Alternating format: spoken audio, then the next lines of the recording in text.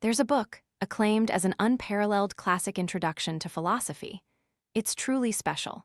What makes it unique is that the author didn't write in the dry, academic style of typical philosophy books.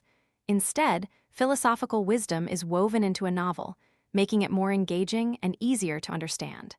To date, this book has been translated into 56 languages, selling over 300 million copies worldwide. Thanks to this work, Norwegian author Jostein Gaarder has been named among the top 10 authors in the world. That classic novel is Sophie's World.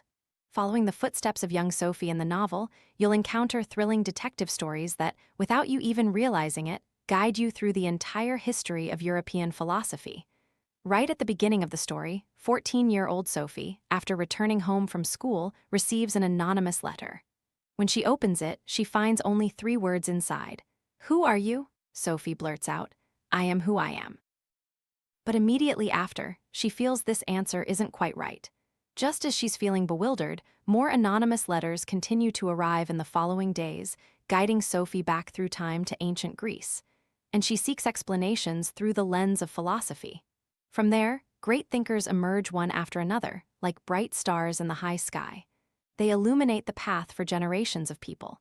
And the novel's surprising ending we'll talk about later.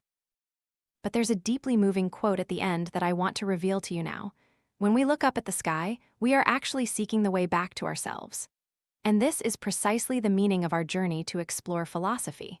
So, please join us to listen to today's shared content, titled Finding Yourself Through Philosophy, a journey with the classic novel, Sophie's World. The path back to yourself, know yourself. Returning to the beginning of the story, young Sophie comes home from school and receives a mysterious letter, with no sender's name or stamp, containing only a piece of paper that reads, "Who are you?" Strange letters follow, asking, "Where did the world come from?" Sophie grows increasingly curious. Who is sending these letters? In the following days, these mysterious letters begin to systematically teach her philosophy. The sender calls himself Albert. Even stranger, Sophie finds a postcard in the garden addressed to Dear Hilda, saying, "You are now 15 years old. Happy birthday. I hope you understand that I want to give you a gift that will help you grow. Please forgive me. I have to remember Sophie to pass this card on. It's more convenient that way. Signed, your father who loves you forever." What is going on? Sophie is utterly confused because she doesn't know anyone named Sophie who could be this Sophie. Spring afternoons appear normal, but for the 14-year-old girl, she is confronting incredibly unusual things. Sophie encounters 3 questions for the first time that will change her entire world. Who are you? Where did the world come from? What is the meaning of life? Then Sophie sees the inscription at the entrance to the Temple of Delphi, "Know thyself." This is the famous saying of Socrates, who laid the foundation for Western philosophy and made it his lifelong principle. Socrates affirmed that he was guided by a divine inner voice. Simultaneously, his conscience told him what was right. Knowing good leads to doing good. This means the ability to distinguish right from wrong and choose appropriate actions lies in proper self-awareness. That awareness comes from your inner voice, not from external sources. So, when society whispers countless suggestions in your ear, "You should do this," "You should do that," don't rush to follow them. Instead, pause, quiet yourself, and look deep within. There, you will find the teacher Socrates always spoke of. Not some external sage, but the higher wisdom inherent within you. That inner voice can help you know yourself, know who you are. Socrates spent his entire life traversing paths, not to teach anyone a fixed doctrine, but to inspire each person to question themselves.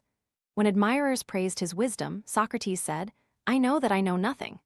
When his adversaries sentenced him to death, a verdict he could have appealed to be spared, he chose death with calm dignity. He was unmoved by praise, and when faced with humiliation, he neither argued nor sought others' understanding. External expectations could never sway him, for Socrates was loyal only to the truth he discerned from within himself. He believed that the value of a person's life lies not in pleasing others, but in being true to oneself. Professor Kleman once said, "Don't linger even for a minute in the love or hatred of others. Over-reliance on someone else's judgment and approval, living in the vortex of others' expectations, only makes your authentic self increasingly dim, and life will become more tiresome. Only by turning inward, by discarding external definitions, can you find the strength to live freely and serenely." The path back to yourself, ponder death. One day, Sophie suddenly noticed that the letters she received had small holes and were damp. Curious, she followed them and discovered that the messenger was a dog named Hermes. A few days later, while she was at the supermarket with her mother, a silk scarf unexpectedly fell from the sky, embroidered with the name Hilda. On another day, after school, when her mother went inside, Sophie had an idea and decided to follow Hermes. Tracing the dog's paw prints, she crossed the forest to a small lake where a red house stood on the opposite bank. Gathering all her courage, Sophie gritted her teeth, climbed into a boat, and rowed towards the house. As soon as the boat docked, she approached and the door was unlocked. Sophie quickly realized there were signs of someone living there, even a dog bowl and envelopes addressed to Sophie. Clearly, this was the mysterious letter sender's abode. Inside the room, there was also a strange mirror. When Sophie looked into it, something terrifying happened. She clearly saw the girl in the mirror blinking, entirely independent of her own actions. She was utterly horrified. If the image in the mirror was herself, how could it act before her eyes as an independent entity? In fact, this strange mirror is an allegory for Plato's theory of forms, Socrates' most famous student. This philosophical theory posits that two worlds exist in parallel. One is the phenomenal world, the visible world we perceive with our senses, which is constantly changing and imperfect. The other is the world of forms, also known as the world of ideas. This is an abstract, unchanging, and perfect world grasped by reason, containing eternal essences and concepts. The way the girl in the mirror blinked was as if she were in a parallel world, saying to Sophie, "I see you, I am here on the other side." Immediately after, Sophie found a blue leather wallet containing a picture of a blonde girl, with the name Hilda written below. Sophie thought, "So this is Hilda." Just then, outside, a dog's bark and footsteps grew closer. Sophie hurriedly left, feeling deeply uneasy. Because the person named Albert had clearly told her not to ask about his identity, yet she had secretly and deliberately entered his house. Upon returning, Sophie felt extremely guilty and wrote a letter confessing everything. Albert wasn't too angry, but he moved elsewhere and changed the letter drop-off location. Meanwhile, his journey of teaching philosophy to the young girl continued. Through correspondence, Sophie gradually came to understand medieval philosophy and the Renaissance period, spanning from the 5th to the 17th centuries. These were crucial turning points for the West. As philosophy entered the Middle Ages, the light of reason gradually became obscured. Theology rose to prominence. People saw God as supreme, and humans had to kneel and serve him.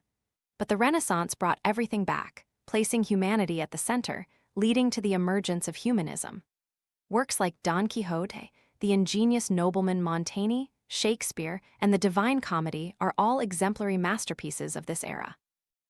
Immediately after, the powerful liberation of humanity led to the Reformation, with incredibly fierce conflicts, paving the way for natural science. Scientists like Galileo and Newton all emerged rapidly during the Renaissance. After that brilliant period, Europe entered another glorious era known as the Baroque. Baroque, originally referred to irregularly shaped pearls, hence Baroque jewelry, like necklaces and earrings, was often large and asymmetrical. And that is precisely a typical characteristic of Baroque art: strong contrast, drama, extravagance, and heavy ornamentation. Have you noticed? Baroque paintings are incredibly lavish and splendid, yet in one corner they might depict a skull. That's inspired by philosophy. Life and death are two sides of the same coin. During this period, two Latin maxims were very popular: carpe diem, seize the day, and memento mori, remember that you will die. Only when you deeply acknowledge death do you truly taste life.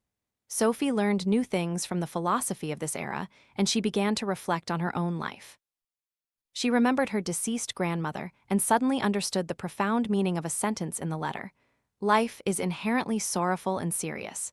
We come to this beautiful world, meet each other, greet each other, and accompany each other for a brief journey. Now we lose each other and suddenly disappear, just as we suddenly appeared in life. Human life is inherently impermanent, unions and separations unpredictable. Each life is merely a temporary dwelling for the soul, while the body eventually returns to the earth. Yet many people never look directly at this truth. They cling tightly to what they gain and lose before their eyes, tormenting themselves with endless suffering. There's a saying by Matthew: When you truly understand that you will die, only then can you wholeheartedly rest in the present moment. When you learn to cherish yourself, let go of all fears and calculations, and deeply acknowledge that death is always ahead, then every moment and every breath in your present becomes priceless. This awareness helps us live peacefully in the present, fully enjoying the gift that fate bestows. That is truly the most awakened and profound way of living a human life. The path back to yourself, balance body and mind. During the Baroque period, two completely opposing intellectual trends existed: idealism and materialism. Idealism held that life inherently possessed a noble quality. Conversely, materialism believed that all natural phenomena in life originated from bodily sensations. In the collision and harmonization of these various ideas, humanity gradually changed. It was at this time that the value of nature and the value of the individual were re-evaluated. People began to discuss why humans fall ill and what was the best way to maintain good health. Whenever she felt sad, Sophie would often run to the garden and sit quietly, remembering her grandmother. Her grandmother had toiled her whole life for her family, rarely taking care of her own health. Only when she fell seriously ill did she realize the importance of health. This is also a true reflection of many people in society today. For life, for the expectations of family and self, they are like being placed on a furiously spinning wheel, relentlessly pushing themselves forward. Only when their bodies send alarm signals do they awaken. All exchanges and expenditures made by sacrificing health are a reversal of priorities. In history, Emperor Alexander, facing death, left 3 wishes. First, his coffin must be carried by doctors. Second, the road to the cemetery must be strewn with gold, silver, and jewels. And third, his hands must be placed outside the coffin. He wanted to convey to everyone that no matter how skilled a doctor is, they are powerless against death. A lifetime spent pursuing wealth is merely in vain. Humans come into the world with empty hands and leave with empty hands. Trading finite health for infinite desires, that is the greatest delusion of human life. Several hundred years ago, Western philosophy affirmed that the best method to maintain health lies in 2 words: balance. Philosophers realized that humans fall ill because their body and mind lose balance. The best way to regain balance needs to start with moderation in eating and drinking, maintaining harmony so that body and mind can be at peace. This philosophy perfectly aligns with Eastern philosophy. The Confucian concept of zhangyang, doctrine of the mean, teaches the way of keeping oneself from being biased or excessive. Taoism, championed by Laozi, advocates wu-wei, non-action acting naturally, which is the pinnacle of balance between humans and the universe. In traditional medicine, the yin-yang and 5 elements theories form the most complete theoretical system for dynamic balance. A healthy body is a state of yin-yang harmony, while illness occurs when they are out of balance. Balance is the ability to adjust and adapt to the constant fluctuations of external and internal conditions. We eat and drink moderately not to torture ourselves, but to free the body from arduous digestion. We live in harmony not by abandoning all desires, but by understanding our limits, knowing when we have enough, so that our hearts are not disturbed by greed, anger, and ignorance. The greatest enemies of balance are bottomless greed and the fear of scarcity within each person. We eat a lot, we eat all sorts of things, but not because we are hungry, but because we are bored for social reasons, for show. Many people work not to live, but to accumulate, and their worries are not for the present, but always directed towards some uncertain future. Thus, our body and mind become chaotic, energy is depleted, and the root of countless diseases also germinates from there. Therefore, the best way to maintain health is not found in a magical pill. It begins with mindfulness. Mindfulness to listen to the body's voice, to recognize when enough is enough, and to resolve to abandon bad habits. Living in balance is the best way of life for someone who understands themselves, loves themselves, and respects natural laws.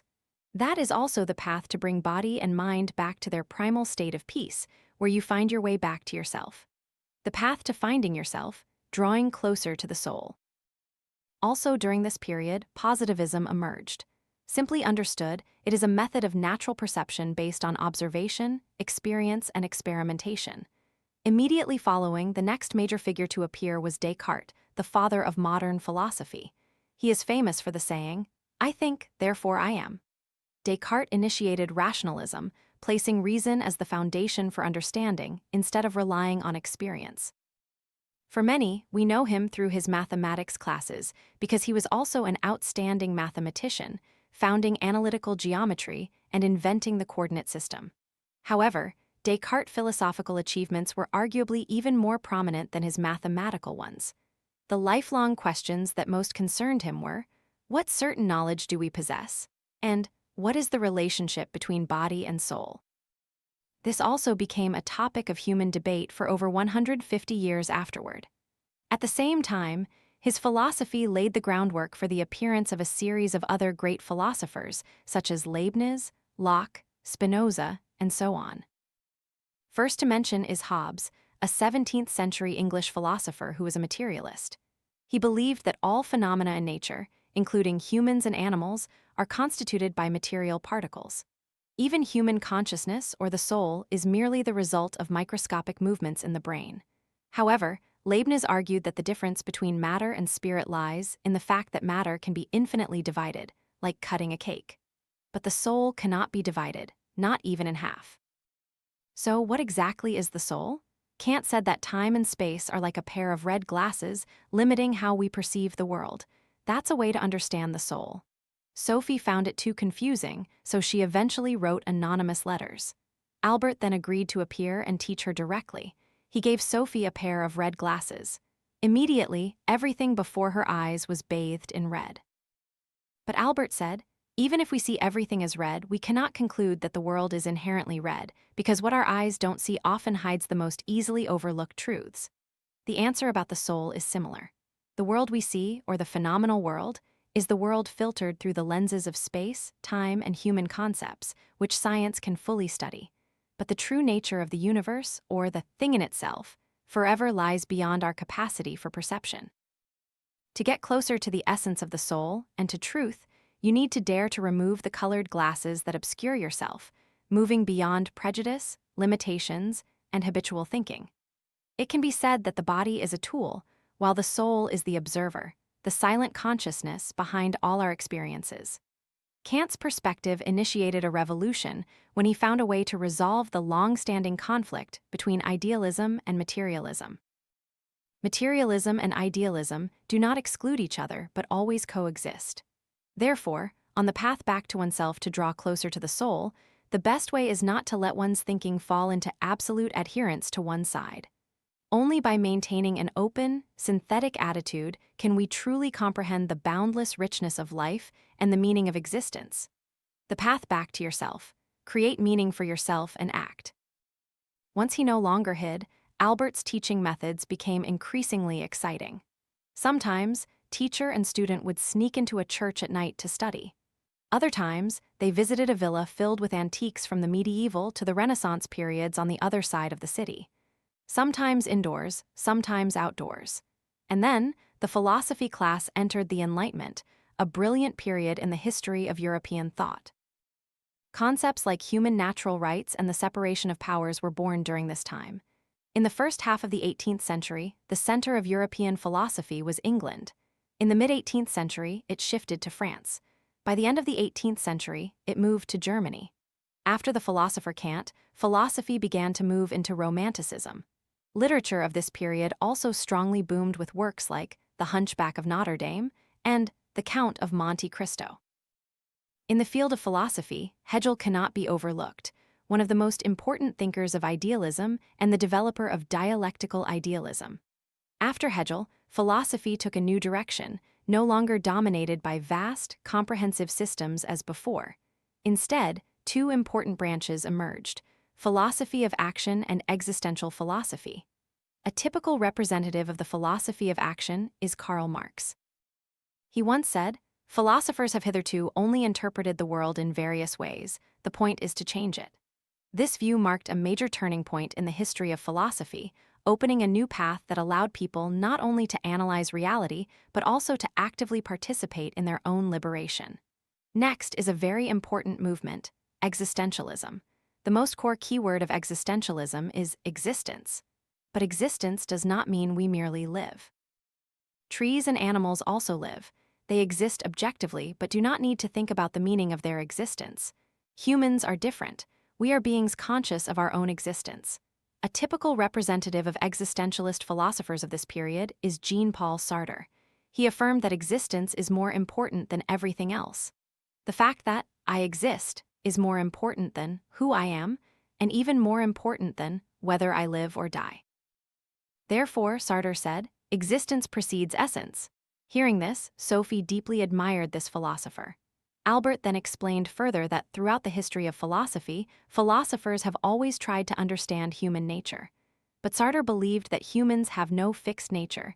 This means we are forced to create meaning for our own lives.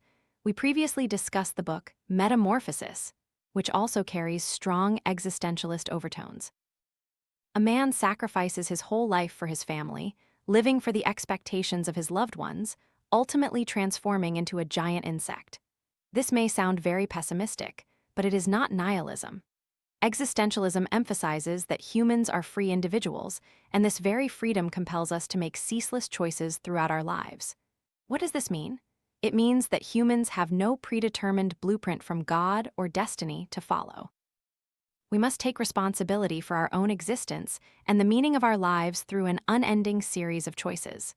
Therefore, we must bravely let go of expectations and predetermined societal molds so that we can make purer choices, aligned with our deepest soul. Only then can we truly be ourselves. The secret is revealed. In the long days that followed her studies, Sophie continuously received postcards sent by Hilda's father to Hilda. Furthermore, Hilda's father seemed to have the ability to foretell everything Sophie was about to experience. From Sophie finding a 10-krona note on the street to her losing a cross pendant, it was as if Sophie's every action was within Hilda's father's sight. So, who was Hilda's father?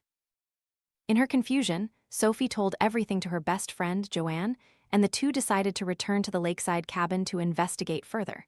This time, the two girls found many postcards addressed to Hilda. Even stranger, on the last postcard, Hilda's father had written, "One day you will meet a girl named Sophie, so you two have a chance to get to know each other before meeting. I have also sent Sophie a copy of all the postcards I wrote to you. I think Sophie will catch up with you soon." Right now, what she knows isn't much more than you do. Sophie also has a friend named Joanne. Perhaps Joanne will be able to help somewhat.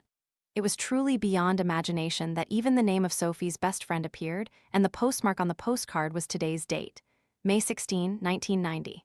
Sophie and Joanne were both scared and confused. Why was the sending date today? How did the postcards get here? How could someone know exactly that they would come to the cabin today and see this postcard? All questions remained unanswered, but the secret was about to be revealed. The day before Sophie's 15th birthday, the main character mentioned in the book suddenly changed.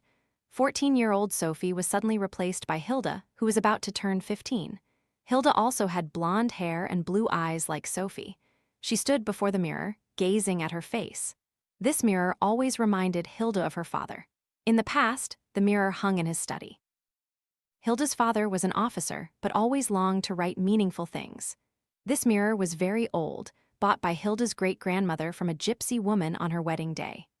Years ago, Hilda's father used to joke that it was a magic mirror that could make the reflection blink at the same time as oneself. By now, you might have guessed that Hilda's father is Albert, the teacher who taught Sophie philosophy, and Sophie is actually Hilda. But why do they exist in parallel? Hilda saw a birthday present on the table that her father had prepared long ago. In his letter, he mentioned that the gift would grow bigger and bigger. He also alluded to Hilda soon meeting a girl and that the postcards sent to Sophie were also sent to her. Hilda sat on the bed and carefully opened the blue wrapping paper. Inside was a large manuscript with bold handwriting on the first page, Sophie's World. Hilda's birthday gift was the manuscript of a book. Hilda couldn't wait and immediately began reading. She read about Sophie's confusion, her astonishment at discovering Hilda, and details about the scarf, the 10-krona note, the lost cross necklace, and the postcards her father left in the book. Hilda suddenly understood everything, and at the same time felt sorrow for Sophie. Sophie surely still didn't understand what was happening. Meanwhile, Albert and Sophie were standing by the window, seeing a small plane fly by, trailing a banner that read, "Happy Birthday," even though the official birthday was tomorrow. Albert then taught Sophie a lesson about the philosopher Berkeley, one of the three great representatives of modern empiricist philosophy. So, what is empiricism? The philosopher Aristotle once said, "Nothing is in the intellect that was not first in the senses." This means all wisdom begins with sensory experience. This is the best interpretation of empiricism. Berkeley believed that above humans there is a spirit, and this spirit could be the origin that created us. Just like when we are dreaming in that parallel space, there is another will or soul creating the dream and our physical world. All things exist thanks to that spirit. The spirit is the cause of all causes in all things. This lesson helped Sophie understand all the secrets. For Albert and Sophie, that cause of all causes in all things was Hilda's father. Hilda's father had played God, a creator who brought them into being. Hearing this, Sophie could not bear it any longer. She ran outside, plunging into the stormy rain. Tomorrow was her birthday. To discover, right before her 15th birthday, that her life was merely a dream, this feeling was truly bitter. Hilda's father wrote this story solely to use the novel to teach philosophy to his daughter, Hilda. Once Hilda finished reading it, Sophie's mission would end. This truth made Sophie utterly despair, but what could she do? Perhaps we would think that every dream must eventually end and give way to reality, but the ending here was an unexpected reversal. After realizing the truth, Sophie and Albert were not content to be mere fictional characters. They decided they had to act to prove their own existence. This is the spirit of existential philosophy. On her 15th birthday, Sophie organized a party and stood up to deliver a speech before everyone. Over the past few weeks, Sophie and I have undertaken a massive philosophical inquiry. Today, we announce the results. We are living in the mind of a major. Currently, he is a UN observer in Lebanon and has written a book about us as a gift for his daughter. That girl is named Hilda, who is also turning 15 this year, on the same birthday as Sophie. Therefore, our existence is merely an entertaining birthday gift for Hilda. The major created us, using us as material to teach his daughter philosophy. For example, that car parked outside the gate is actually just an image the major conjured in his mind. Hearing these counterintuitive words, everyone was unwilling to accept them, some even objected. But Albert said, "When you discover you are merely a character in someone else's dream, in my opinion, the wisest course of action is to remain silent." Young people, we are taking a short course on the history of philosophy like this to understand that it is incredibly important to maintain a critical attitude towards the values of previous generations. As I once taught Sophie, that is called Hegel's negative thinking. True philosophy doesn't just stop at theory, it also has an active side. Listen carefully, this is the value of philosophy. When the time comes, we will perform a disappearance act. This way, we can quietly escape the major's consciousness. Amidst all the difficulties at that time, Albert continued to affirm that a true philosopher would never say, never. So, Sophie and Professor Albert went to the sea. They climbed into a boat, rowed with all their might, and then disappeared at the end of the bay. They had truly left Hilda's book. The two sat on a lawn in Norway, but no one could see them. Sophie discovered that she and her teacher were like ghosts, they couldn't touch anything. Terrified, Albert explained, "Sophie, this is the price we must pay. Because we escaped the book, we cannot have the same status as characters laid out by the author. But we are truly here, and from now on, we will never disappear again." Then, they unexpectedly met the girl with the red hood. It turned out these characters had also escaped from books, living in an eternal world. So, don't worry. Everyone can find their own unique way of existing. Having a life of your own is the story that belongs to you. When we look up at the sky, we are actually seeking the way back to ourselves. The end of the book presents the final philosophical lesson, discussing the Big Bang, the origin of the universe, and bringing us back to the ancient philosophical question, where do I come from? According to the most reasonable explanation today, about 15 billion years ago, all matter in the universe was concentrated in a very small region. Due to extremely high density, coupled with gravitational force, the temperature rose to an unimaginable level, finally resulting in an explosion. The mass of matter was blown apart, and that was the beginning of the universe, and also the beginning of life. So, when we look up at the sky, we are actually seeking the way back to ourselves. Previously, Hilda's father manipulated Sophie's world, but Sophie escaped, becoming an eternal entity. Then she found herself, and conversely, she could even influence the world of Hilda and her father. Once, as the Major and Hilda gazed at the stars and discussed the Big Bang, Sophie immediately raised a wrench and stood before them to attract their attention. But they didn't see her, so Sophie gently tapped Hilda's forehead, and her father's too, with the wrench. Both cried out. The two worlds seemed to touch in that moment, blending strangely. I wonder if you've ever experienced that feeling in your life, suddenly hearing a strange sound or feeling an invisible sensation on your body. Don't be afraid. Perhaps that's a sign telling you that in a parallel world you're also affecting someone else. And the ending reminds me of the story of Zhuangzi and the butterfly dream. Zhuangzi, while asleep, dreamed he was a butterfly. Upon waking, he wondered in astonishment, am I dreaming that I am a butterfly, or is a butterfly dreaming that it is Zhuangzi? So, who am I? Who is truly me? In a dream state, human sensations can be as vivid as reality. Conversely, upon waking, we assume that is reality. But who can be certain that the present reality is not a long dream? The question from the beginning of the story echoes within me once again, and it's also a question posed to you. Who are you? Perhaps each person will have a unique answer, but the story's conclusion wants to remind us that the self we often cling to is merely a temporary state. The ego is not absolute reality. Therefore, we cannot solely trust what our eyes see and our ears hear. It's time to bravely turn inward to find ourselves again. I hope you find your answer soon. I will be here, awaiting your shared story. May you always make wise choices in every action on the path to finding yourself, be true to your inner being, and bravely press forward to the end. Thank you for listening.